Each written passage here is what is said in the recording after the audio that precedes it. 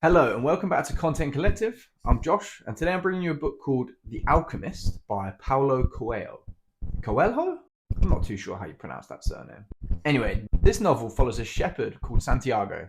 He's from Spain, obviously, and he travels across northern Africa to ultimately Egypt in search of treasure. Now, whilst this book is non-fiction, it did actually help me to spot similarities in the real world. This book, similar to the last two that I reviewed, is also fairly spiritual. It's all about following your dreams. It's also about seeing signs in the world and being able to seize on opportunities. It's a fairly short book, 128 pages, and it's a book I actually read. I read properly. I did it the old school way. But the story has loads of twists and turns that actually kept me coming back, which is saying something because I really struggled to sit down and force myself to read. Today I'm going to share my 3 biggest takes from the book.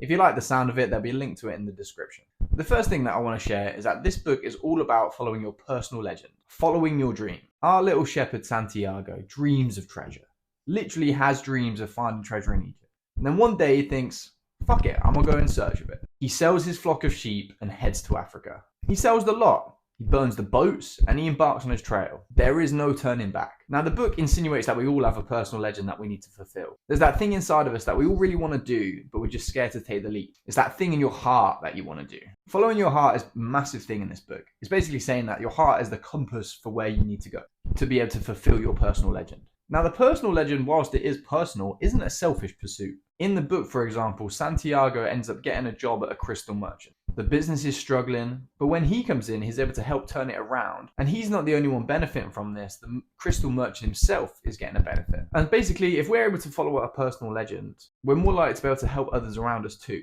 If we're going up, we can bring others with us. As we advance, we can help those around us, help more people. This book encourages people to step out your comfort zone, take risks, and then follow your dream. I actually read this book a couple years back, and no doubt it was one of the things that stoked the fire for me to start doing this sort of thing. The second theme from the book is all about spotting signs. Now, this is linked to something they call in the story as the language of the world. Now, this is a universal language that transcends words. It's more about the woo-woo spiritual stuff. That sixth sense that you have, that gut feeling, crazy coincidences. It highlights that everything's connected. And if we're present and open, then we're more likely to see the subtle signs of the universe. By staying aware, by trusting your intuition, and aligning your path with the signs around you, the story shows you're going to have a more fulfilled journey. And through being able to spot signs, you're more likely to realize opportunities in the first place. You can't seize an opportunity if you haven't seen it. I got from the book that you really need to be aware of what's going on around you, so that if an opportunity arises, you can seize upon that. For me, I have a guiding star that tells me that I'm on the right path. The number 22. Now, it sounds ridiculous,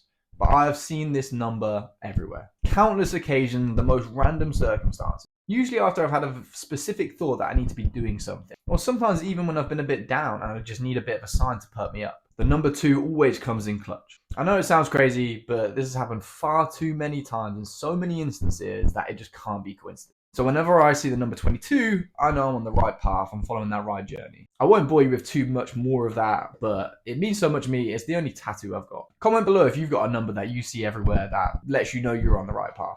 The last point is all about overcoming obstacles and setbacks. On his journey, our boy Santiago faces multiple setbacks. Spoiler alert, that money that he got from selling all his sheep, that gets stolen. Not only this, he has to meander tribal wars in the desert. And finally, he has to leave his one true love behind in pursuit of his treasure, in pursuit of that dream. Now, each of these obstacles are very dire in the moment. In a foreign land with no money, fear of death in a desert, and heartache. However, each of these obstacles provided Santiago with an opportunity to learn that he can apply later in his journey. Some things that we might see as a terrible event at the time might be setting us up for great things in the future. When Santiago lost all his money, he had to find a job. He was no longer a tourist on holiday. Shit was real. That's when he met the crystal merchant. And through that, he was able to earn money, learn about the trade. He became ingrained with the culture a bit more. He was no longer that traveler. And it was the crystal merchant that helped him learn about the language of the world too. So you never know what's on the other side of your next obstacle. Stay positive and you'll be fine. The book highlights that you need to persevere in life. You need to show resilience when you're faced with a setback and just keep going. Learn from the challenges you face.